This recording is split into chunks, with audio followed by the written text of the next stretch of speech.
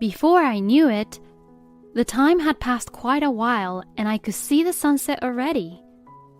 I told my daughter it was time to get out of the sea. At that moment, I didn't have a good feeling about everything that was going to happen. My husband, Bill, and my mother-in-law, Lily's luggage was gone. Then, I heard the sound of a boat going forward with its engines roaring. What? To my surprise, Bill had got on the boat and left me and my daughter by the sea. Hey! Why are you leaving us? I swam up to the boat in a panic, but even though it was a small boat, I couldn't catch up to it. And there was a possibility that I might get hurt if I tried to reach for the boat. It's not like we're related by blood anyways, so this should be fine. When I got close to the boat, I suddenly heard Bill saying that, and I was so stunned. Then Lily looked out from the boat and said while laughing, "Ha! Look at that dumb face." Bill looks at me with disdain. And then the boat left me and my daughter behind. My name is Lauren, and I'm a 32-year-old housewife. I live with my husband, Bill, and our 7-year-old daughter, Jessica. Jessica is always working hard in her studies and sports, and she also practices hard every day for her piano lessons, which she has been learning since she was 5 years old. Jessica is really cute, and she is my treasure. My life with Jessica is full of happiness, but things were not going so well with Bill. Bill and I met about 10 years ago. I joined the company as a new employee, and Bill was 2 years my senior. We became close when my husband took on the role as my trainer for the OJT. I was attracted to him because he worked so hard and was carefully teaching me about my job, and we naturally got into a good relationship and began dating. After 2 years of dating each other, we got married. We had a great time as newlyweds. Bill took very good care of me, and I knew that he loved me dearly. When Jessica was born, he was saying, "She's like an angel," and loved her. Because Bill loved her a lot, I thought that if Jessica says that she will get married in the future, he was going to faint or something. However, when Jessica was about 2 years old, Bill's attitude suddenly changed. He became very cold toward me and stopped caring about our daughter. I couldn't understand why. He would not talk to me and would not hold or talk to Jessica anymore. After about a month of this, I reached my limit and questioned Bill. "Hey, why are you so distant from me and Jessica lately? Did I do something to offend you? I don't know what's causing you to be like this, and it's really bothering me." I think I shouted something like that to Bill. That's how confused I was about the sudden change in Bill's attitude. Then, Bill calmly says this. "Because that child is not mine." What? I couldn't understand what he meant. Jessica is truly our child. What are you talking about? Jessica is definitely your daughter. I told him that, but he wouldn't listen to me. "Because she doesn't look like me at all, you know." That's not true. She's only 2 years old now, so you can't really tell, but I'm sure that her resemblance to you will become more obvious in the future. "No, you're wrong. I won't be fooled. She has green eyes. Plus, her eyes are pretty big." Huh? "I have blue eyes, so there's no way I could have a beautiful baby with green eyes like this." My husband's shallow reasoning left me in a state of shock. No, I mean, look at me. I have green eyes. So that means she has the eyes just like mine. When I said this, Bill looked a little convinced, but perhaps his pride wouldn't allow it. He didn't agree with me. You're probably trying to deceive me by saying that. That's not true. You really have to believe me. Eventually, Bill asked for some time to think about it and went back to his parents' house at that time. At that time, I remember that I began to question his thoughts and began to distrust him. I wondered if we could build a proper family together as parents, let alone a marriage. After returning back to his parents, it seemed like Bill had explained the situation only from his point of view, so Lily called me and cursed me, saying, "You slut!" After that, my in-laws and I had a discussion at their house, and we decided to do a DNA test to find out about it once and for all. Bill says, Even if we don't do that, it's obvious, and I know that she's not my child. But when I insisted on having the test done, he reluctantly agreed. After the test, it turned out that she was also Bill's child. My husband looked at me unconvinced, saying, You're kidding. But my father-in-law, Pete, said, The results came out. Why don't you just admit it and apologize to Lauren? And because Pete shouted at him, Bill finally came to his senses. Lauren, I'm sorry I doubted you. I don't know what's come over me. Bill bowed his head and apologized, so I forgave him for now. I know some people would have gone for a divorce at this point, but I had become a housewife when I got married and was not making enough money, and I felt bad about taking Jessica's own father away from her, who was only 2 years old at the time. Besides, after all, I had married after having fallen in love properly, and I didn't want to just get a divorce right away. However, I would later regret that I should have divorced Bill at the time. Thus, I continued the married life with Bill, but there was a somewhat awkward atmosphere with him. Still, little by little, we began to talk more and more, and we began to feel like a married couple for the time being. However, Bill didn't seem to be able to open up to Jessica.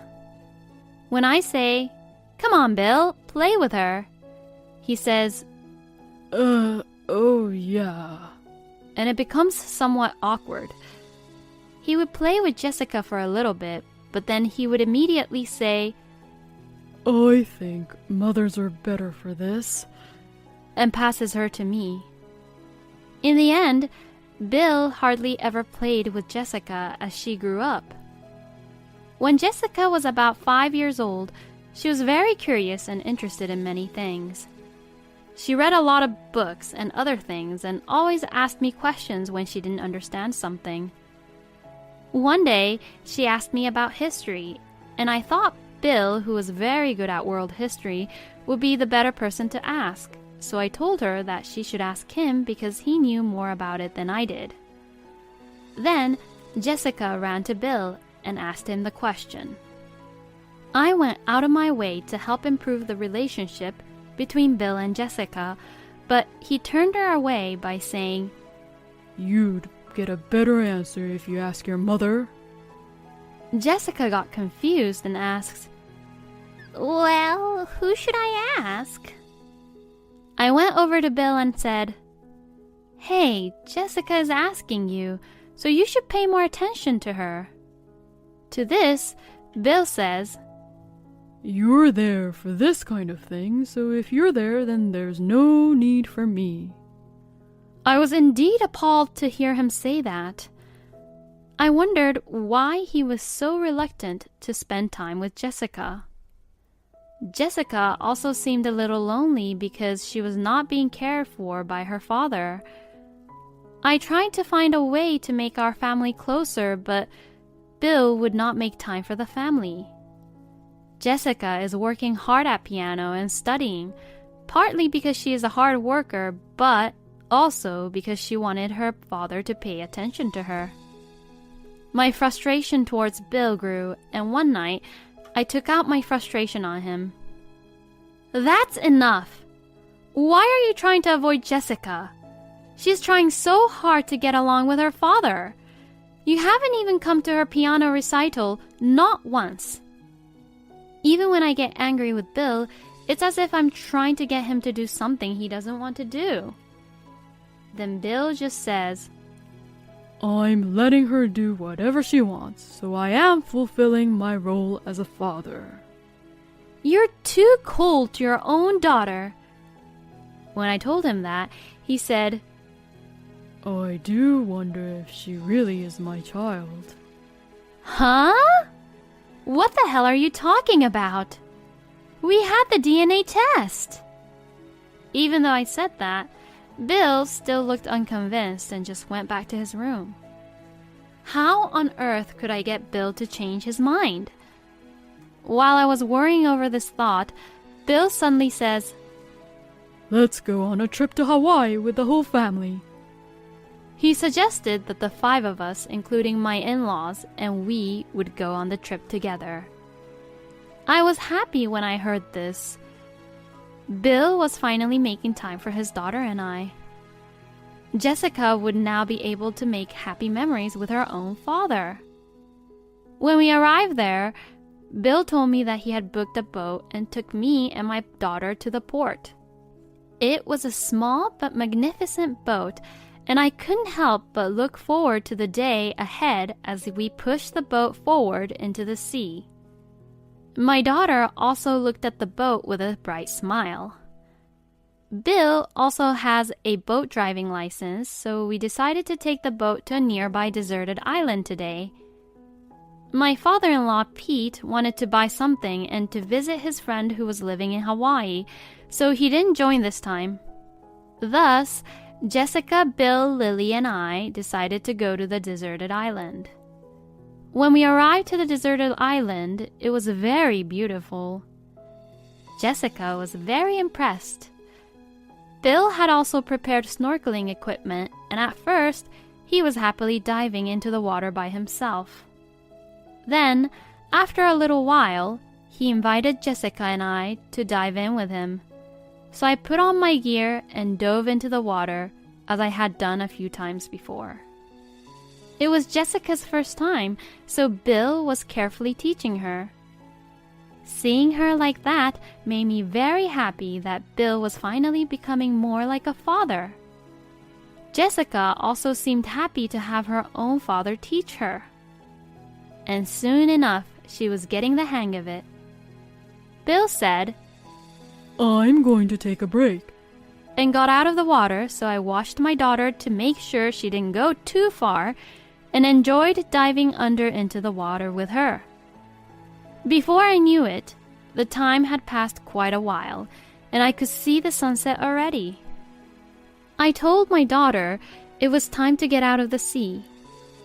At that moment, I didn't have a good feeling about everything that was to happen. My husband Bill and my mother-in-law Lily's luggage was gone.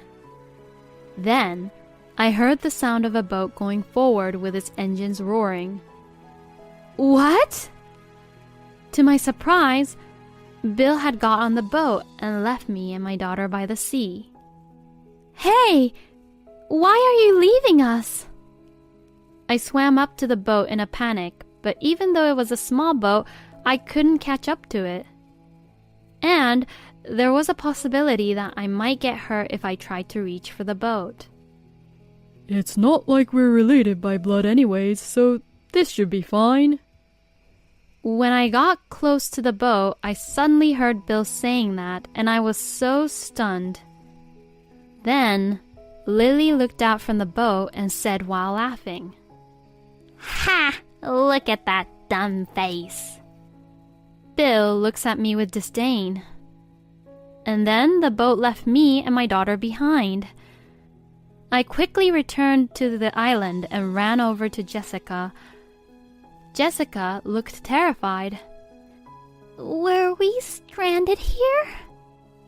I hugged Jessica, who was about to cry, and rubbed her back, telling her that everything would be all right. But It is hopeless to be stranded in a deserted island. Fortunately, I had portable food in my bag, which would last at least a day or two, but not for a long period of time. Maybe someone would notice about us. With Jessica being there, I was able to keep my cool. Let's warm up for now. We could catch a cold since we were both wet from snorkeling in the water. I wiped Jessica's hair and body thoroughly with the towel I had brought and dressed her. And together, we brought a number of thin tree branches and gathered dead leaves to make a fire. I was glad I had brought a lighter for something. As I lit the fire with the lighter, it gradually spread to the dead leaves and tree branches.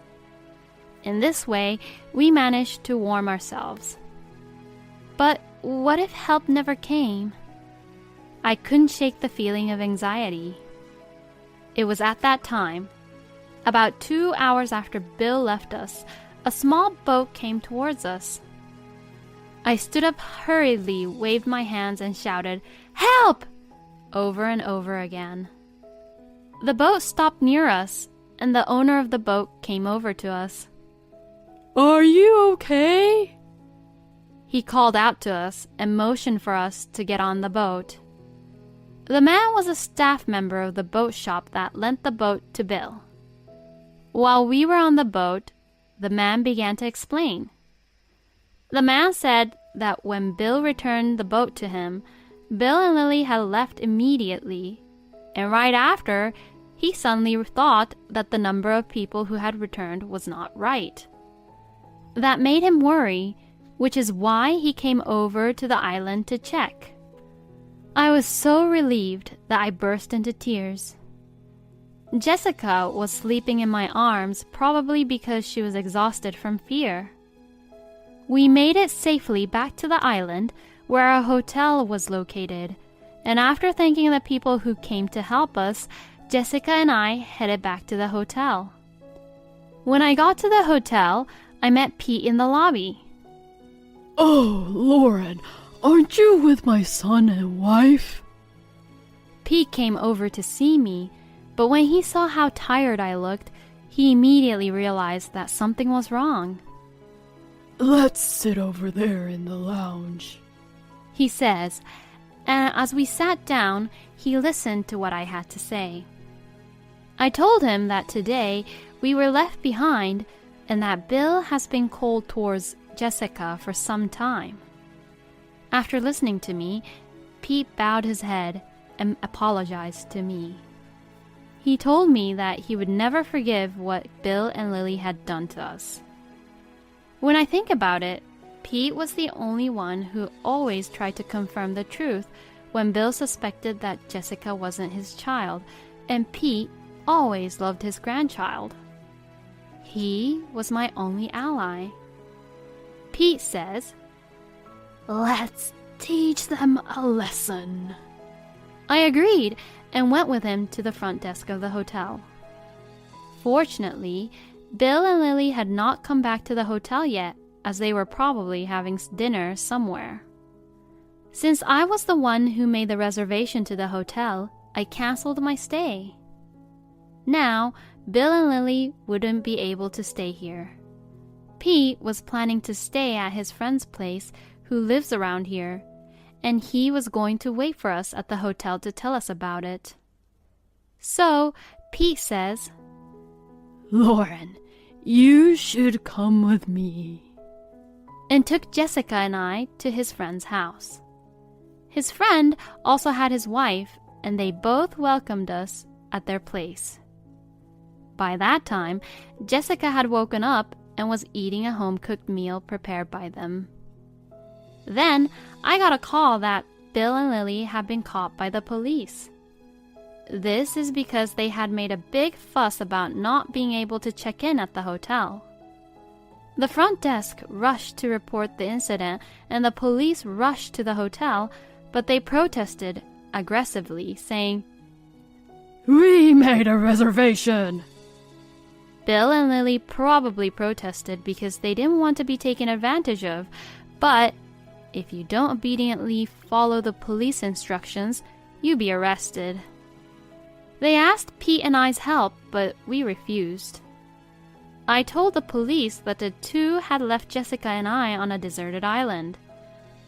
The police also took a statement from the staff who lent the boat as an evidence. As a result, Bill and Lily was both charged with a crime and were in quite a difficult situation.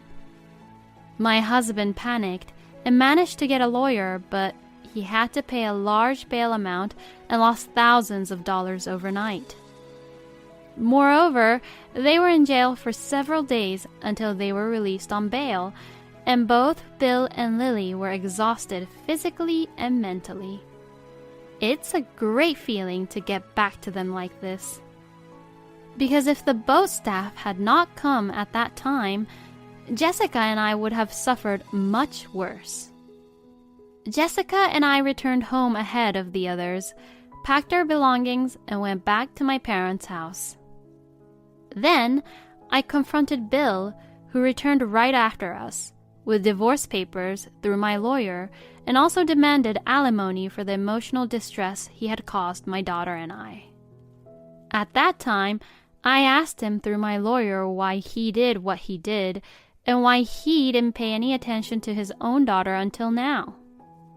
According to the lawyer, Bill told me that he has suddenly lost all love for our daughter once he suspected that she was not his child. I was appalled and shocked to hear this. Even though a proper DNA test had been done, he still couldn't believe that Jessica was his own child. I regretted a little that I should have separated Jessica from such a horrible father way earlier. Bill was left to pay alimony and child support to me after the divorce, which left him in debt. Furthermore, I reported this incident to my former boss, who still works for the same company, so Bill's disgusting behavior quickly spread throughout the company, and he was identified as the guy who tried to leave his wife and child to die, and now it seems like he is feeling very ashamed of himself. He's now in debt, so he can't really quit work, and the stress is getting to him. And Pete divorced Lily because of this incident. Lily, who had been living on Pete's salary, was thrown out of the house without a job, and she panicked and asked Bill for help, but he refused, saying that he could not afford it, so she is now living in a rundown apartment while working a part-time job. Meanwhile, I got a new job, rented an apartment just big enough for the two of us, and started living with Jessica. Jessica doesn't even think of Bill as her father anymore, and she gives all her affection and love to me. She practices on the piano every day and says things like, "I'm going to win the next competition for you, Mommy." I'm going to work hard and earn money so that Jessica, who is so lovely and kind, can do what she loves with all my power. Leaving them on a deserted island is definitely a crime. I think Bill and Lily should be in jail. But I am so glad that Pete was a decent man. I hope Lauren will continue to be happy with her daughter, Jessica. Thank you for watching until the end. Please subscribe to our channel. See you in our next video.